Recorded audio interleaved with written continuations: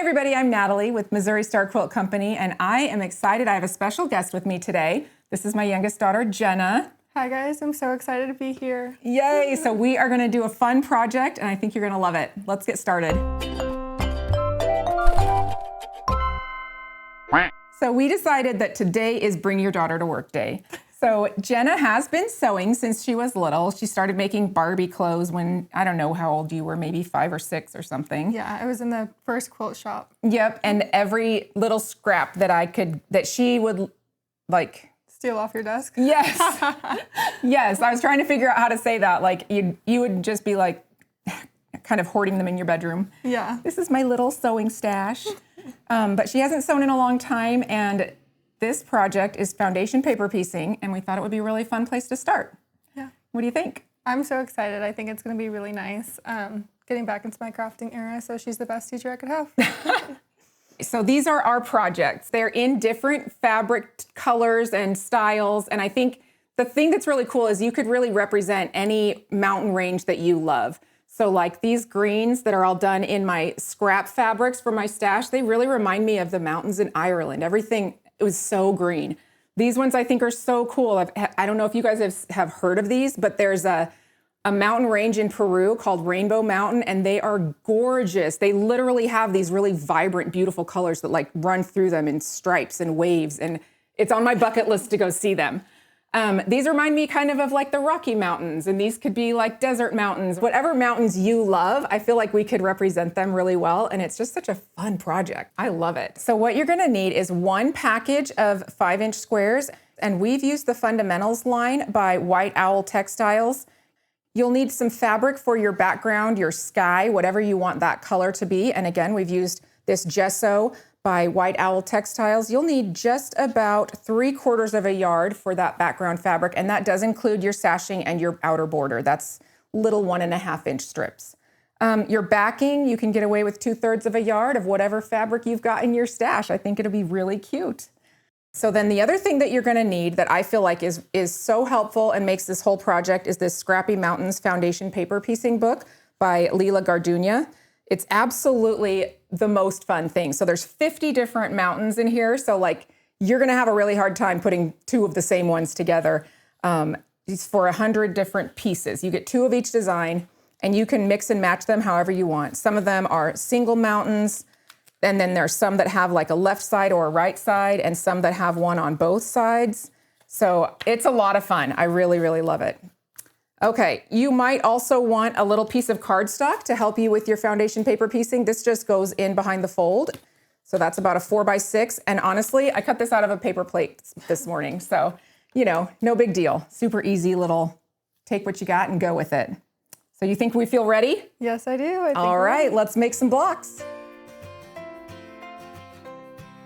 All right, now it's time for you to make some choices. Oh my gosh. You get to look through the book and choose whichever mountain you'd like to pick, and then you get to decide which kind of mountain range you want to make. Honestly, I've really been wanting to do some Hawaiian mountain ranges, so I think I'd love like a Hawaiian island. I think that's so cool. I think it'd be so fun. Yes, I love that. Okay, so now let's choose your mountain that you want to make. So you can actually switch me places because I'm going to let you sew. Okay. And I'll open this up. You're probably not going to use the green or the red on these mountains unless you wanted it to kind of look like a volcano. That's up to you though. Are you going to do like more of a jungle mountain, an island mountain, or a volcano mountain? I feel like we could do a little mix. Okay. Hawaii is all the things. That's true. That's true. But we could definitely start with These the are greens. such good greens. Okay. We're also going to need to take our background fabric, and we're going to cut some squares. You can use different sizes. The pattern that we've written up a little sheet pattern for you. They're about 5 3/4, so you could cut 6-inch squares or 5-inch squares if you didn't want to do the little 3/4. That's completely up to you guys. And then we cut them on the diagonal because it just makes piecing a little bit easier. So that's ready and prepped for us to go. And then we also prepped our sashing strips and our outer border. These are 1.5-inch strips. So those are all ready. Did you pick your range? Yeah, I think I would love to do one that has the mountains on the side. Start with the middle one. Okay. Can we? Yes, absolutely. Let's do it. I also love the blue of the sashing too, because then it's like the turquoise waters. Yes. Okay, that's going to be so cute. You could lay them out ahead of time. You've got to remember that they're going to mirror image, because what you're going to see if you look at it face up, you're actually going to stitch on the back. And so then everything is going to be on the opposite side of what you think it is when you're looking at it from the top. So, you know, we're going to put these out. I like to plan a little bit ahead what shapes I want to make, because these connect and create those mid mountains. That's pretty. And so then there's this one over here that has a side mountain that connects there. Or you could do just like separate ones. So these two don't really have that connecting range in the middle, but they can sit side by side. Or like that. Well, that one has a connector, so it would look kind of weird if you just had like a flat one there. So then we can lay them out. Another thing that I love about these is that they're marked with a light, medium, dark. So you can kind of know, like, this is where you want your darkest fabrics at the bottom. Your light could be where you put your snow cap or your hot lava, whatever it is that you're putting at the top. And then the white pieces are your background. Gorgeous. I love it. Yeah. I think it'd even be fun if maybe we could do like the green mountains on top and then maybe lava in the middle. Yeah. That'd be fun. Yep. There's so many creative possibilities. All righty. And we did take these out of the book. They're in one big sheet like this. They tear out really quickly, and then we just cut them apart with scissors, or if you have a rotary cutter that's special for paper, which I do. I like to use my rotary cutter for just about everything. So I have a paper one and a fabric one. Except you don't like it whenever I use it on other things. What did you use it on that I was like, what are you doing? It was probably something that I was like trying to cook in the kitchen. Oh yeah, like you were cutting nearby. aluminum foil or something. Yeah. That sounds right. She's always been a crafty little thing, and she's very like independent. So I would come home from work and find her at like 11 making cupcakes in the kitchen. Oh yes, I was love like, what are you doing? Funny girl. To get started, what we're gonna do is we're gonna look for our numbers. So the cool thing about foundation paper piecing with a sheet like this is that it's numbered, and this piece has 14 pieces. So we're gonna find our 1 and our 2. The very first seam is different than all the rest because you're sewing 2 pieces of fabric together and it's not already attached to your paper. So what we want is to figure out which colors you want to put on your number 1 piece and which one you want to put on your number 2 piece. Okay. Is there a certain way to know like which of these lines is for the 1 or the 2? Yeah. So you look for the line that's in between the 2 numbers that you're working on. So when you're doing the 1 and the 2, you're going to sew the line between them. And then when you go to 3, you sew the line between your 1 and 2 and your 3. So that is the line you stitch. Okay. Then when you go to 4, you stitch that line. I definitely would have It's whichever one. Oh, really? You would do that one first? That was like your instinct? Yeah, just directionally that made the most sense to me, but it definitely makes more sense seeing it like in order. Yeah, so you're always sewing on the line that's in between the 2 numbers. Okay. The one you just did and the one that you're doing next. Sounds good. All right, so which fabrics? I think we wanted to start with the greens, right? Yeah. Which ones do you want? Oh. You gotta choose. Do you want a light one for the top? Or do you want mediums? Maybe that one, do a medium, because then like the 4, 9, 14, we could do like a darker. Okay. So maybe like these darker polka dots, or that one's really pretty. On 1 or 2? This one could be like a 1. Okay. And then this one could be 2. Perfect. Let's do it. All right, so we're gonna stack these right sides facing, and you can cut these smaller if that feels more comfortable, but I don't think it matters. We're gonna trim as we go. Then you're gonna take your handy dandy little paper plate cardboard. This is roughly 4 by 6, it doesn't really matter. What you want is an edge that you can then use to fold this paper so that you have that seam line on the back. So we fold it, and I always just fold clear across the whole thing. You can do a little bit or a lot, whatever. Now we're gonna flip it over, and we're gonna remember this is our 1, that's our 2. Mm-hmm. We're gonna line it up over that fold by at least 1/4 of an inch so that you can just sew a quick seam. So you just kind of eyeball it. I never get hung up on like the perfection of this, because as long as it covers everything it needs to cover, you're good. You're golden. And you don't need to be really skimpy. You won't even use your whole charm pack. You'll have lots of pieces left over. So we're gonna stick a little pin in it so it doesn't fall off. The other thing is like some people would want maybe a light board or a window just to make sure that your fabric is covering the squares or the shapes that you're trying to cover. I just find that if I look at it, I can kind of guess, and I'm not too worried about it. All right, so let's do our first seam. So we're gonna sew just on that line from there to there, and it is okay if your seams go past the lines, because then you're just gonna fold the paper back and sew across that seam. Okay. On the next one. It's no big deal. Okay, sounds good. All right. Let's see. Woo, good job. First one done. All right, I love it. Okay, we're gonna take that pin out. We're gonna head to our iron and we're just going to flip it back and stitch it. And I know that looks like a lot of extra fabric hanging on there, and that is true. So I'm actually going to just use my rotary cutter and get rid of it because I don't want it flopping around. Oh, I'm gonna flip that because it's definitely just gonna be in my way. All right, so now our next seam is, which one do you think? The 2 to 3? Nope, it's this one right here that goes across from the 3 to the 1 and the 2. So you're almost always crossing a seam. Okay, so we're gonna do this whole thing? Uh-huh. Okay. That's right. So we'll use our little magic board to hold the fabric down, pull it towards us, and see how that seam did go a little farther. So I'm just gonna pull the paper and I'm gonna rip the paper and we're gonna sew across the stitching. Okay. Okay. Now we're gonna use our ruler and we're gonna do a little 1/4 of an inch where we cut this off. And then you're gonna add whichever fabric you want to be your next green color. And it was on the, can I see what it looks like? Yeah, you can flip it over so that you can see it's gonna be the green in this lighter sort of shade. Okay. Maybe this one? Okay. Or do you want to do that one? Yeah, whichever one you think is fine. I love them all. Okay. All right, so now you're gonna flip it over and you're gonna remember that this is where you're gonna line up your fabric because you gave yourself a 1/4 of an inch seam allowance. So now you can do that, line it up. You can flip it over to make sure that it's gonna cover your little square, which if you do that, if you're worried about it at all, you can kind of just fold it back. And then that's where you hold it up and see, does it cover this? And if it does, then you're good. But I don't typically worry about that because I use a lot of bigger pieces. All right, now we'll stick a little pin in it, making sure to keep your pin away from your seam because you don't want to sew through a pin. That would be awful. And then you're gonna stitch that line right there. Okay. Okay. All right, good job.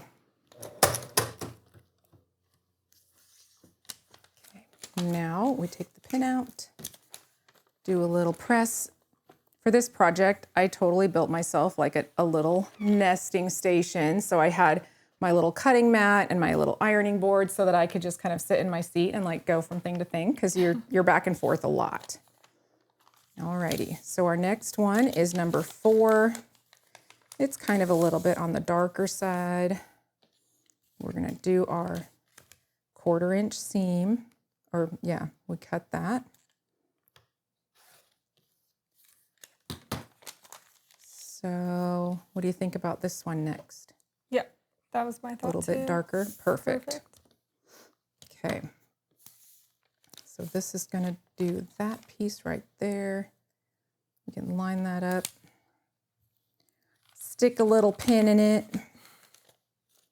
And then you're gonna stitch the line between the 1, 3 and the 4. So you're crossing that seam. Okay, perfect. Yep, easy peasy. How do you feel about it so far? Are you liking it? I think it looks cute. Yeah, I do too.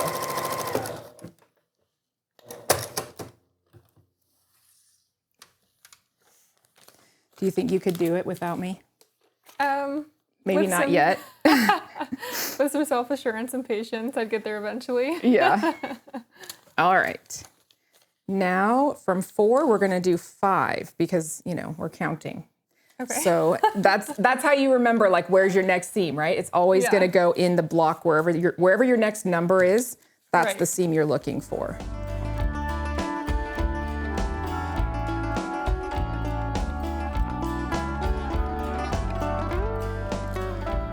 Okay, we're on number 6. Number 6 is our sky or our background.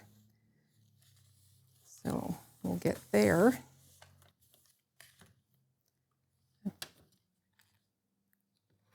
I'll go backwards just a little bit there, set those aside because we can keep using them. Little sky piece. So what we want to do is make sure that this will cover, and I'm going to use a bigger piece because I just have plenty of fabric and I'm not too worried about it. But if I stitch that, it's going to cover that corner. Okay. So that's what I'm worried about here. When you're getting ready to sew and do foundation paper piecing, it's important to change your stitch length. So we set our stitch length about 1.8 or 1.5. That makes it easier to tear the papers off, and it makes your stitches tighter so that they don't come apart when you tear those papers off. So I almost forgot to give that hot tip. Pro tip. Yeah, exactly.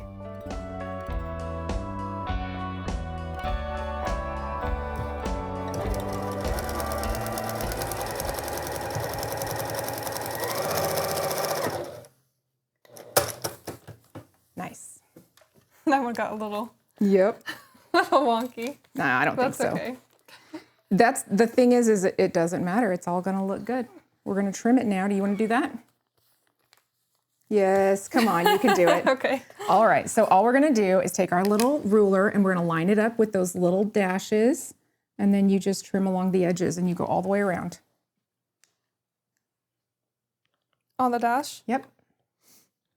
Just make sure that you're consistent. If you do on the inside of the dash or the outside, it will affect it eventually. Okay. How they go together, but you can just line it right up.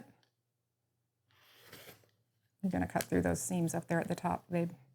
I heard that it didn't cut. I could hear it. I got it, like it didn't get the middle part. Yeah, because there's a lot of fabric there. Okay. I haven't cut in a while. I know, this is your first time in like 5 years. I always get nervous. It'll come right back though. I know. I have to blow off the cobwebs. That's right. Let the crafty era begin. Yes. Now for the big reveal, close your blade. Good job. Oh my gosh, it's so cute. I love it. It turned out really good. I like it. Yeah. I love the little polka dots on the top. It's so the cute. Little vines. All right, so now that we've got this done, what you're gonna do is join it, and I'll grab a couple of these, I'll actually grab this one. So you can see how they join in the back. You wanna leave your papers on until your whole quilt top is assembled, and then tear them off. Because if you tear them off before, they can get a little bit distorted and stretched out. So leave the papers on until you have your sashings and your outer border done, and then tear them off. And they come off pretty easy. Like you can just pull that off and sit. I like to sit and do this kind of while I'm like watching a movie and make a big mess. And then you just sweep it all up and throw it away. Is it okay if there's like a little bit left that you can't get? It is, because it's gonna be inside your quilt. Your quilt is gonna be quilted on batting. Okay. You may wash it, it will dissolve. It's as long as you don't you're not bothered by the crinkle, doesn't matter. Yeah. It's inside the quilt. That's good to know. Paper. I feel like I'd be sitting there with tweezers trying to get every single piece off. No, it's not that big of a deal. And typically they come off pretty easy. You just kind of pull it apart. And you can also something you can do is kind of just pull it like that, and it'll give that break. And then I use my finger and just kind of slide in. That is just about it. So we've got a 1.5 inch sashing in between the rows, and I did that because I wanted a little bit of distance between the mountains. We've got a 1.5 inch outer border. It's machine quilted with a simple meander pattern, and these quilts measure 17 by 20. And one of our Hunter, he mentioned that this would be a really cool border, which I totally agree. You could make an entire border to go around the quilt. It would look so cool. Yeah, that's cool. They're machine quilted with meander. I just wanted something easy and simple, but you could put whatever you want on it. I love it. It looks beautiful. Aren't they fun? That's such a fun project. I agree. So I hope you enjoyed this today. It's really fun. Be brave and start a foundation paper piece project. Yeah, it'll be good. Time. If we can do it, you can do it. Yes, especially me. You guys got this. Hope you enjoyed this tutorial on the foundation paper piece Scrappy Mountain Wall Hanging from the Missouri Star Quilt Company. See you next time.